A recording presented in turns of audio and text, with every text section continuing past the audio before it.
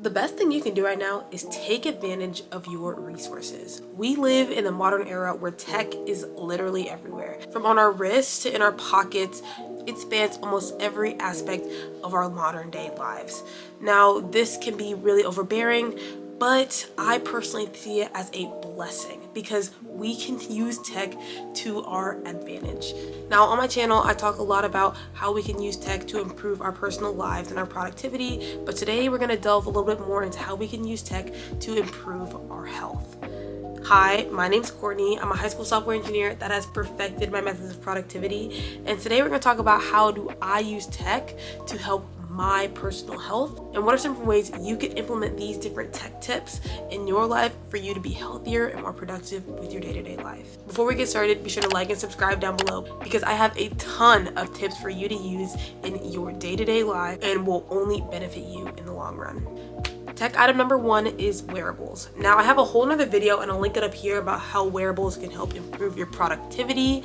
But right now, when we're focusing solely on health, wearables can be extremely beneficial for monitoring your body.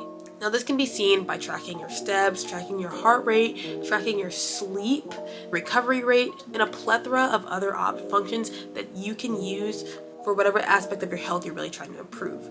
Now, me personally, my number one go-to wearable is the Apple Watch, but of course there's the Samsung Galaxy Watch that is just as good, if not better in some instances, where we are able to track our different things that I kind of mentioned a second ago. Other wearables are Garmin's and Fitbits, which are more tracked towards specifically tracking your fitness things like running or walking and things of that sort.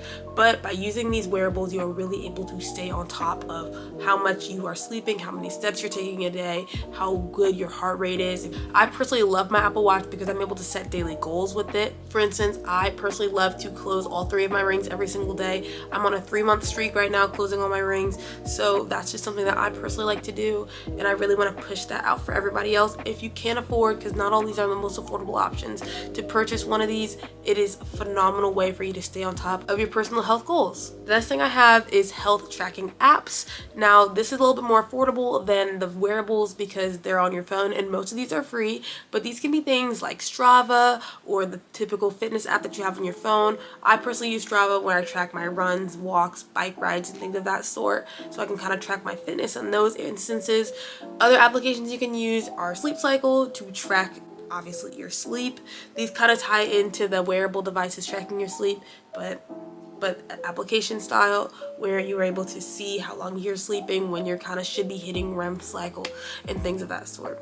The next area I have is nutrition and diet tools. By tracking your nutrients and tracking your caloric intake, you are really able to make a large shift in your health journey. One thing I really like to do is I track my calories, I track my macros using the Macros app. Now this can be dicey for some people. I do recognize it doesn't work for everybody. So of course, take and pick what works for you and what doesn't. For me, tracking my calories helps me stay on top of what I'm doing and avoid overindulgence. So I really like using applications like this, MyFitnessPal. These are great ways for you to track your nutrients. Make sure you're getting in the right micronutrients for you to be achieving whatever fitness goal you have for your life. The fourth area I have is your mental health, because just like your physical health, your mental health is extremely important.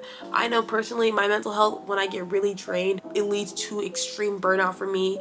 And for some people, burnout can be really, really bad because we're trying to take all these steps forward, but burnout can bring us all the way back, and if not even worse. By staying on top of your mental health, you are really able to lock in with whatever goals you have set for your life. So I highly recommend using the different meditation apps, Calm or Headspace. They're really great for you. Personally, I like to pray, so I have the Bible app and I have a different devotional apps on my phone for me personally. But find whatever works for you because your mental health is extremely important, so don't neglect that in this process of trying to achieve peak health for your life. Now the final way I'm kind of iffy about sharing because I haven't personally used this. It kind of still ties into mental health, but there's obviously virtual therapists that you can use with BetterHelp and other programs similar to where you can meet with someone virtually and discuss things to better your mental health. I'm not really going to speak more onto that, but I still felt it's necessary to share with you because that is still a valid option for you to stay on top of your mental health, and it is a way for you to use tech to improve your health. So I still felt as though I should share it.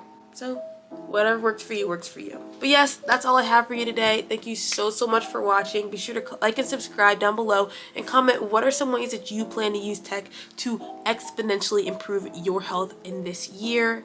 Thank you so much for watching, and I'll see you next time on Quartz Corner.